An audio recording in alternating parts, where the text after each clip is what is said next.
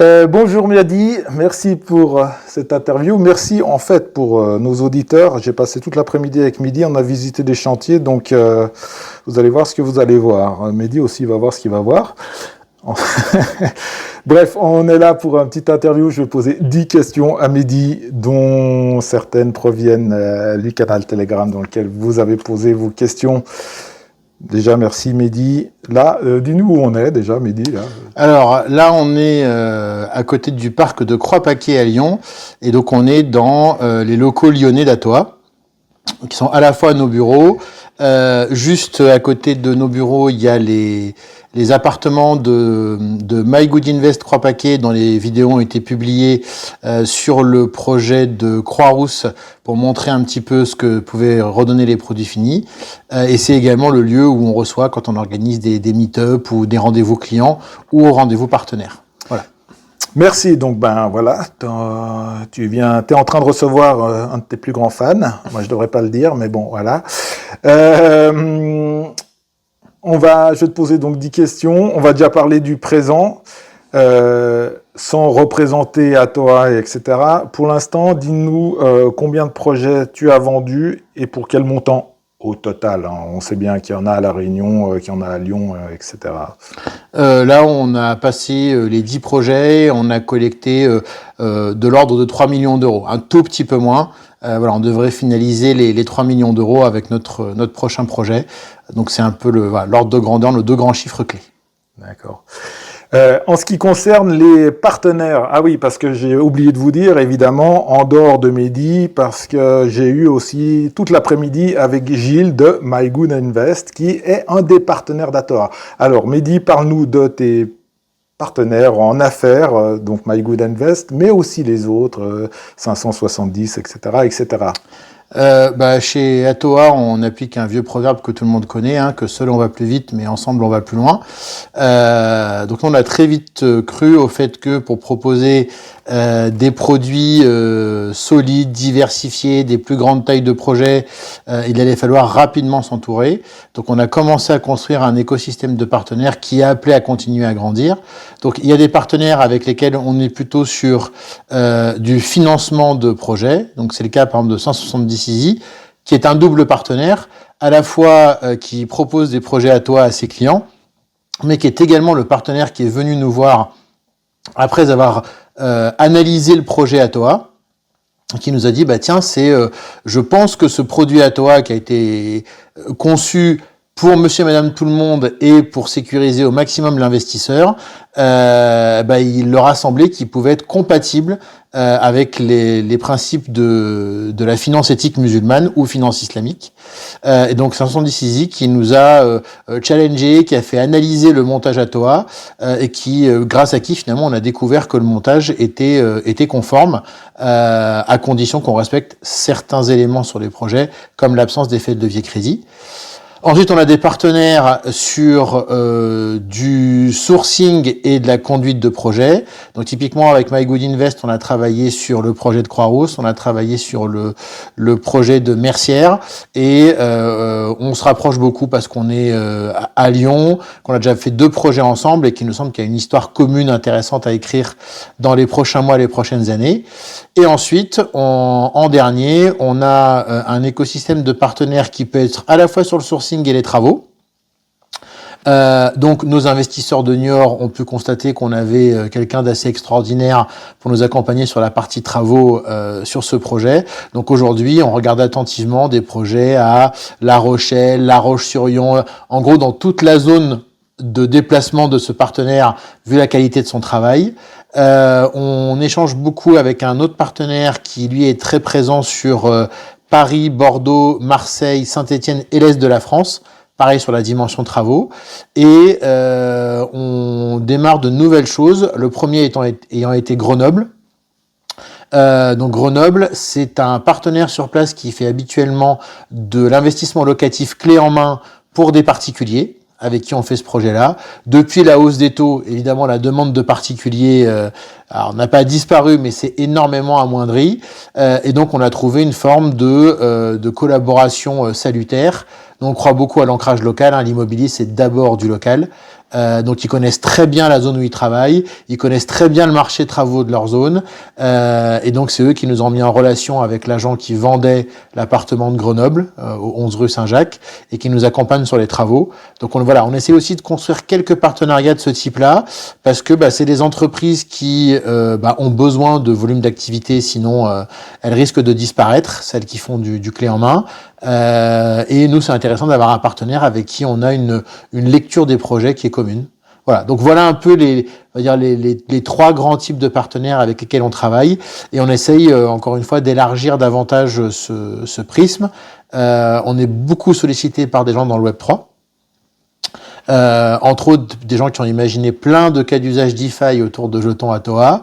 Voilà, donc on n'a pas encore activé ces partenariats-là, mais encore une fois, nous on part du principe que on n'a pas besoin, nous, de générer et de capter toute la valeur autour d'un token Atoa. Si des tiers trouvent une façon de créer de la valeur et de gagner leur vie autour de nos jetons, tant mieux pour eux. Parce que ça permet d'amener plus de valeur finalement aux détenteurs du jeton, et donc de maximiser la valeur d'un jeton Atoa. Donc nous, on sera ravis que des gens gagnent des sous autour d'Atoa en créant de la valeur pour l'investisseur.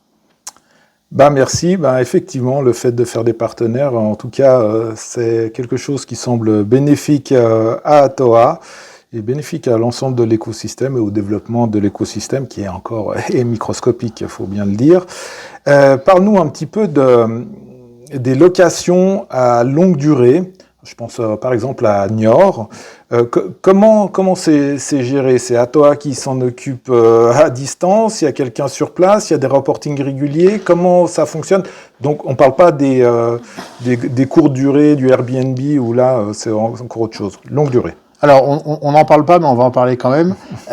Au final, sur la partie longue durée, alors c'est pas intégralement délégué. Aujourd'hui, alors on peut pas dire que ce soit Atoa au sens, on va dire légal du terme. Aujourd'hui, l'ensemble de la gestion, il faut une carte G pour exécuter la gestion. Donc la carte G, c'est l'entreprise de Guillemette, finalement, qui exécute légalement la gestion locative de nos biens. Donc c'est pour ça qu'on dit que c'est internalisé, c'est que chez Guillemette, c'est dans l'écosystème Atoa. Donc on gère tout ce qui est contractualisation, pièces des locataires, voilà, donc tout ce qui est l'administratif de gestion, c'est bien géré pour le coup chez nous. Ce qu'on va déléguer localement, c'est visite état des lieux, visite quand on loue, état des lieux quand c'est la sortie, et éventuellement l'entretien. Il se trouve que typiquement, si on prend l'exemple de Niort, à Niort, on a une conciergerie pour gérer la partie courte durée, et donc on a contractualisé avec la même conciergerie pour qu'elle puisse nous faire les visites quand on a un bien à louer. Alors Dieu merci, pas arrivé très souvent, ce qui est une bonne nouvelle pour les investisseurs de Niort. Voilà, mais en tout cas les visites, faire l'état des lieux quand le locataire s'en va, et faire les menus réparations, comme il peut y en avoir également dans la partie location courte durée. D'accord, ok, très bien. Dernière question sur le présent. Est-ce que des éléments comptables sont accessibles pour les détenteurs de parts? Donc, tu as émis quelques informations il y a quelques mois en arrière. Qu'est-ce que tu peux nous dire de plus? Alors, tout dépend de quand cette interview sera publiée. Alors, au moment où on l'enregistre, la réponse est non. Néanmoins, on a clôturé le premier exercice comptable de The One Year au 31 décembre 2024, donc le 31 décembre dernier. On ne publiera évidemment pas l'intégralité de la comptabilité du SPV. 1, c'est pas très sain, et puis 2, c'est certainement pas très compréhensible non plus pour la plupart des investisseurs. Néanmoins, on est en train de travailler sur on va dire une forme de comptabilité synthétique la plus compréhensible possible, qui sera publiée sur la fiche du projet, comme toutes les actualités auxquelles les ingénieurs sont habitués, les photos d'avancement des chantiers, les dates de signature d'actes authentiques. Donc ça sera publié en consultation. Évidemment, ce ne sera comme d'ailleurs tout le reste des documents, quand un projet est terminé, ça ne sera accessible qu'aux investisseurs du projet et pas à l'ensemble des investisseurs de la plateforme. Très bien, c'est très clair. Si on parle un petit peu du futur maintenant, est-ce qu'il y a des projets de développement dans la location longue durée Et si oui, quand à quelle échéance? Alors oui, il y a des projets de développement dans la location longue durée. Le sujet chez nous, c'est de s'adapter principalement à deux choses. La première, c'est au marché immobilier dans lequel on est aujourd'hui. La deuxième, c'est au fait d'avoir un marché secondaire parfaitement opérationnel ou pas.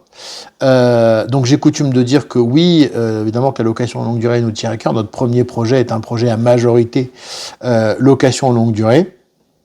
On a un gros projet en sourcing en ce moment. Quand je dis gros projet, on est dans l'ordre du 1 million d'euros, qui est un projet achat, rénovation, location longue durée sur une grande ville, on va dire secondaire, même ordre de grandeur qu'un Grenoble. Voilà, c'est ce que j'appelle une grande ville secondaire, une métropole régionale.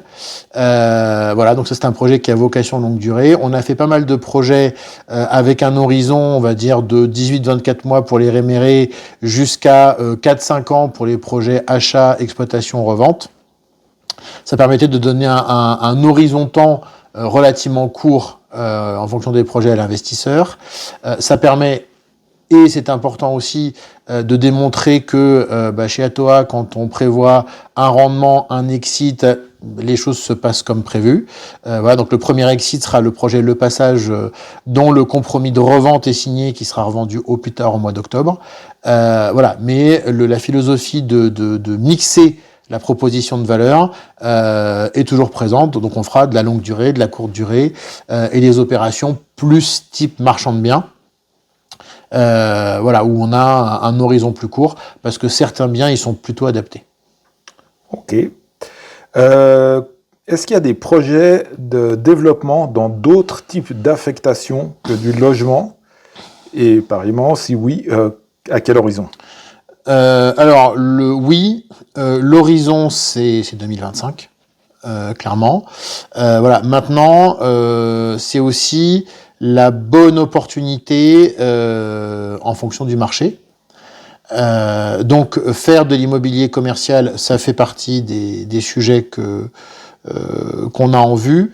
Je pense probablement que le premier projet qu'on fera en immobilier commercial, ça tournera autour de la restauration, parce que c'est un horizon où on a des gros points de repère, on va dire, dans le giron d'Atoa. Quand je dis restauration, ça peut être simplement des murs qu'on loue, mais on a envie aussi, en termes de diversification, de pouvoir à un moment donné aller plus loin et peut-être de proposer des projets où on a des murs et le fond. Voilà. Et donc finalement, on investit autant sur des murs que sur une activité, sur une petite entreprise. Voilà, donc ça fait partie des choses qu'on souhaite faire. Alors, après, on n'est pas dans la destination, on va dire, du bien, mais ce qu'on souhaite aussi en 2025, c'est faire un ou deux projets hors de France pour Atoa. Alors, est-ce que les deux seront dans le même pays ou est-ce qu'on fera deux pays différents? Encore une fois, on est, tu l'as un peu vu quand on a visité les deux immeubles aujourd'hui, on est dans l'opportunisme et l'adaptation permanente. Donc c'est aussi la bonne opportunité qui fera qu'on considérera que on souhaite le proposer à nos investisseurs. Tout le monde connaît ma philosophie. Moi, je ne mets sur la plateforme que des projets dans lesquels je mettrai mon propre argent. Voilà. Et ça, en général, les bons projets, c'est compliqué de les anticiper 6 mois à l'avance. Voilà, parfois on va passer une belle opportunité, on se dit interdit de la louper. Voilà. Après, il faut convaincre la communauté et qu'elle nous suive. Mais et d'ailleurs, je le remercie. Moi, je suis très heureux que sur les 10 premiers projets qu'on ait fait, on n'ait jamais eu de projet en échec et finalement de remboursement d'une opération. Spéciale dédicace à nos premiers investisseurs. La tranche 2 de Niort, on a un peu ramé pour la clôturer. Voilà, donc c'est un souvenir qui nous fait tous un peu sourire aujourd'hui. Mais voilà, il a fallu qu'on rame un peu et qu'on ait la foi. On avait clôturé finalement la tranche 1 très vite, hein, ça avait duré 6 semaines. Mais la tranche 2, ça avait été long. On a été pas très loin des 6 mois, je pense. Donc elle a été vraiment longue à clôturer. Voilà, et finalement on est passé de la tranche 2 qui a pris 6 mois à clôturer au passage qui a mis 48 heures, hein, comme quoi des fois. Merci, en fait, tu as déjà répondu à la question suivante qui était développement hors de la France, et si oui, dans quelle région? Mais je vais quand même te poser la question, si oui, dans quelle région? Est-ce qu'on peut s'attendre à avoir des trucs à Bali ou au Maroc comme on le voit en ce moment, ou des endroits plus proches de la France, voilà, sans préciser des pays, parce que j'imagine que rien n'est fait. Mais tout à fait. Alors, non, sans spoiler, je ne dis pas qu'il y aura jamais de Bali, de Dubaï ou autre chose sur Atora, mais la philosophie a pas changé depuis le départ. Et il n'est pas question qu'elle change aujourd'hui, parce que nos clients nous ont fait confiance pour ça. Et je pense en toute franchise, même si je suis pas tout à fait objectif, qu'ils ont eu raison. On ne monte pas un projet et on ne fait pas un choix de projet pour les 6 prochains mois, la prochaine ou les 2 prochaines années. On fait des projets en partant du principe qu'ils doivent protéger l'épargne de nos investisseurs quand ça se passe mal. Dire aujourd'hui droit dans les yeux, et j'en ai en face de moi un de mes investisseurs, oui, on va mettre du Bali, et le jour où il y a un truc qui se passe mal, on a la même maîtrise dessus qu'un projet en France, c'est pas vrai, c'est pas possible. Idem, il y a un marché où on pourrait aller assez aisément, qui est la Tunisie, qui est un marché dynamique d'un point de vue touristique et où j'ai grandi. Donc évidemment, j'ai un réseau assez large sur place. Pourquoi on ne va pas aujourd'hui au Maghreb, si on parle de choses relativement proches de la France? C'est parce qu'aujourd'hui, dans les pays du Maghreb, on a des monnaies qui sont, on va dire, convertibles en euros, mais soumises quelque part au bon vouloir de l'état du pays en question. Et donc si à un moment donné il y a un manque de réserve de devises ou autre, on peut se retrouver avec des fonds qui sont bloqués sur place. Si c'est les fonds des loyers, c'est entre guillemets peut-être un peu moins grave, on peut attendre des jours meilleurs et les reconvertir. Si c'est les fonds de la revente, c'est un petit peu plus embêtant. Voilà. Et comme toujours, aujourd'hui, les choses vont très bien.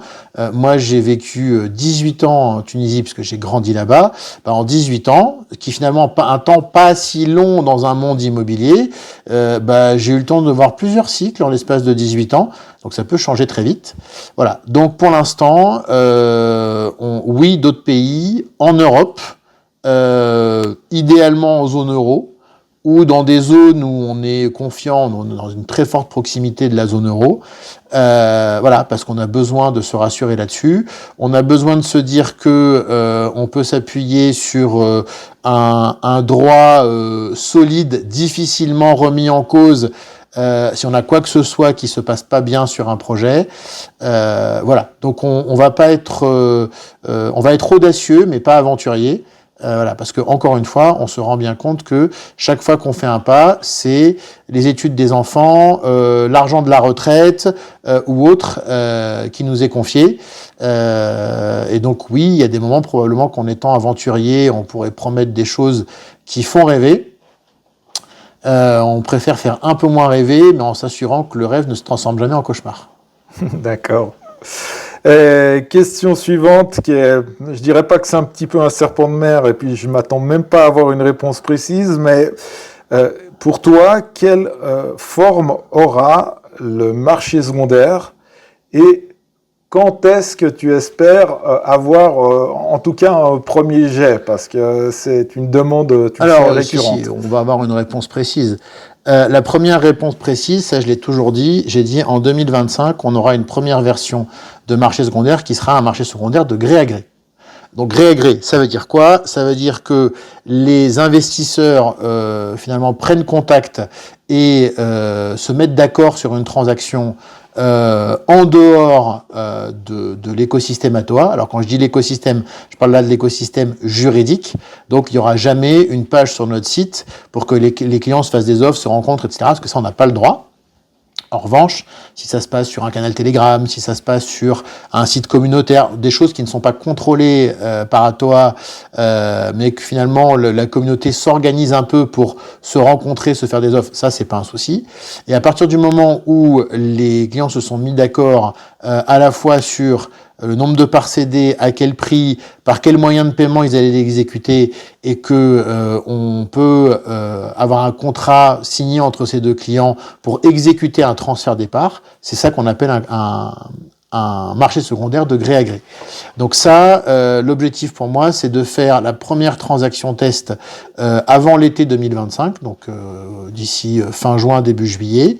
C'est pas la peine de m'envoyer des messages communauté adorée, je ferai la première transaction sur mon portefeuille, comme ça, s'il y a quelque chose qui se passe pas bien, c'est moi qui perds un token. Et à partir du moment où toute la chaîne a été testée et approuvée, à ce moment-là, on informera la communauté qu'on a la capacité à exécuter donc ces transactions de gré à gré, donc de transférer des parts d'un client vers un autre client. Ça, c'est pour la première version. La deuxième version, qui est donc un marché secondaire en mode exchange, donc un marché secondaire complètement facilité. Là, on a un premier élément dur qui est l'obtention d'un agrément CASP, donc l'agrément MiCA, alors qu'on obtiendra seul, où on travaillera avec un partenaire, ça c'est encore quelque chose sur lequel on travaille, et on aimerait pouvoir proposer ça dans un monde idéal en 2026, mais il faut que tout se goupille bien. Voilà, au pire, ça sera début d'année suivante. Mais là, la roadmap, c'est celle-là. En revanche, permettre déjà à des clients de sortir avec on va dire un transfert de portefeuille, ça c'est quelque chose que je souhaite ouvrir pour septembre 2025 globalement. Donc si les tests sont concluants fin juin, début juillet, on va prendre quelques semaines de vacances cet été, vous nous en voudrez pas. Depuis le temps, on en a besoin. Et on sera organisé pour exécuter ces transactions pour le mois de septembre. D'accord, on a bien compris que c'était une des priorités d'Atoa. Oui. Voilà, maintenant on arrive à la fin de l'interview. Dernière question.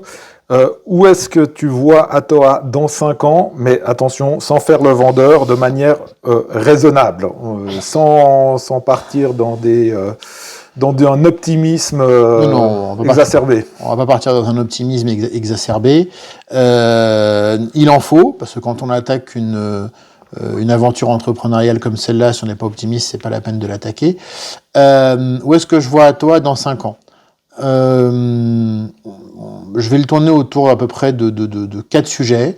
Le premier sujet, c'est, on va dire, le sujet collecte, ou volume de collecte.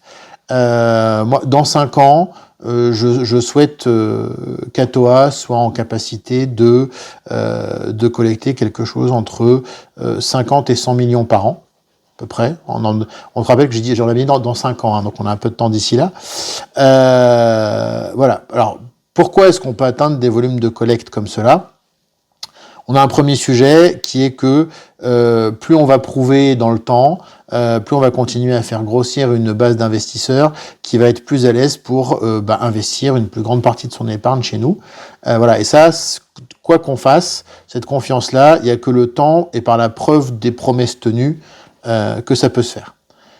Et en corollaire de ça, on a beaucoup travaillé sur le modèle. On a été beaucoup challengé. Finalement, quand on a lancé Atoa, on a expliqué à tout le monde qu'on était très content d'arriver avec un modèle qui, pour nous, sécurisait l'investisseur de façon assez incomparable avec quasiment tout ce qui se faisait, en tout cas à minima en Europe. Et quand on commence à être très visible, à faire des projets plus gros et à travailler avec des gens comme Gilles qui viennent de la gestion de patrimoine, ces gens ils vont gratter dans tous les recoins et puis ils arrivent à vous dire ouais non mais c'est bien, vous avez fait une belle armure mais il y a éventuellement une faiblesse là au niveau du coude, il y a une faiblesse au niveau du genou. Voilà, donc on a beaucoup travaillé depuis le début de l'année. Alors probablement sur des choses qui paraîtront des détails à beaucoup d'investisseurs qui nous font confiance, mais qui sont les détails qui font que demain, on peut avoir des investisseurs à plusieurs centaines, plusieurs millions d'euros qui viennent utiliser un modèle Atoa. Parce qu'effectivement, on est sur des gens qui, quand ils vont mettre des tickets très élevés, ont besoin de s'approcher le plus possible de la perfection. Voilà. Et donc ça, on a terminé ce travail là dans le courant du mois de mai. on est en train de redesigner un certain nombre de choses. Voilà. Et donc, je suis pas en train de dire qu'on a collecté 3 millions en 2 ans et qu'on va collecter, allez, on va prendre la fourchette basse, 50 millions dans 5 ans, juste par croissance organique. C'est parce que on a toujours dit qu'Atoa était là pour servir de l'investisseur à 50 euros à l'investisseur à 1 million, et que donc on est en train de ciseler le modèle pour ça. Voilà, donc c'est un peu ces deux piliers qui vont nous permettre d'aller chercher beaucoup de volume de collecte. Le deuxième sujet, c'est on est beaucoup venu nous voir pour nous dire bah voilà, c'est super ce que vous faites. Moi, j'adorerais faire ça sur tel ou tel actif. On va prendre les véhicules de collection par exemple. Atoa n'a pas vocation demain à faire des véhicules de collection. Alors après-demain, j'en sais rien, mais en tout cas demain, c'est pas encore le cas. En revanche, on se rend compte qu'il y a des gens qui sont très compétents sur certaines classes d'actifs, qui croient au fractionnement et voire à la tokenisation, et qui sont bloqués par les défis techniques, juridiques et réglementaires qui se dressent devant soi quand on veut adresser ce marché. Et donc assez naturellement, on a commencé à avoir beaucoup de gens qui venaient nous voir en disant bah voilà, mais est-ce que je pourrais pas utiliser ce que vous avez développé en marque blanche? Donc ça a fait son chemin et on s'est dit que c'était une façon pour nous d'élargir les revenus d'Atoa et en même temps de servir l'écosystème. Dans l'écosystème, il va grandir parce qu'il y a de plus en plus de choses de tangibles qui pourraient être tokenisées. Et donc si on peut mettre quelque part à disposition une partie du chemin qu'on a fait et qui n'a pas été simple, je pense que c'est dans l'intérêt de tout le monde. Donc ça aussi, c'est un sujet qui est important. Troisième point, dans 5 ans, il y aura plus de frontières entre l'actif réel et finalement son financement par le titre financier, le fameux security token, et le monde des actifs numériques et l'utility token, parce que ce sera rentré, en tout cas chez Atoa, complètement dans les mœurs, et même si on appellera toujours à la prudence, voilà, quand on détient le bout d'un rumercière, on en prend soin, on évite d'aller trop faire le fou en DeFi ou autre avec son petit bout de rumercière, mais en tout cas, pouvoir proposer sur la base de jetons backés par des actifs immobiliers de qualité l'ensemble de ce que le Web3 a à offrir, c'est quelque chose qui a toujours été central depuis le début. À peu près tout le monde nous a dit depuis le début qu'on était des fous furieux d'espérer que n'importe quel régulateur dans le monde allait nous dire très bien, vous m'avez présenté un modèle convaincant, je vous valide la qualification juridique de ce jeton comme un utility token. Et donc je parle bien d'un des jetons du futur montage Atoa.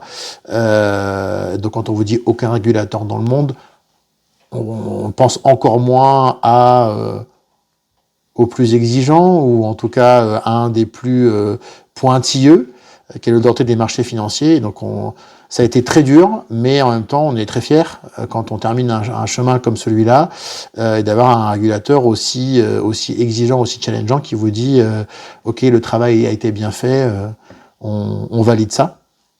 Voilà, et donc ça permet effectivement demain qu'on puisse avoir les clients qui sont on va dire les plus traditionnels, qui vont conserver un titre financier digital dans leur portefeuille, et puis ça leur ira très bien de s'en tenir au rendement, à la plus-value à la sortie, et d'utiliser éventuellement la partie exchange pour du marché secondaire et pas aller plus loin par rapport à d'autres qui voudront challenger, aller chercher éventuellement de la valeur supplémentaire, mais tout ça backé par le montage solide, et encore plus solide demain qu'il ne l'est aujourd'hui. Et le dernier sujet, et ça me permet de spoiler un peu ce qui va arriver dans les prochaines semaines, ce qui permet aussi tout ça, c'est qu'on va ajuster le montage contractuel et réglementaire du marché primaire d'Atoa. Donc évidemment, la fiducie va rester le pilier du modèle, mais on va modifier le contrat de partage de revenus qu'on utilise aujourd'hui pour aller sur un contrat qui donnera strictement les mêmes droits, mais qui sera plus traditionnel. Et la raison pour laquelle on fait ça, c'est que on rentre dans des cases plus classiques, et qui dit case plus classique dit marché de la gestion de patrimoine, marché de la banque privée, voilà, qui sont plus à l'aise pour manipuler des choses plus classiques.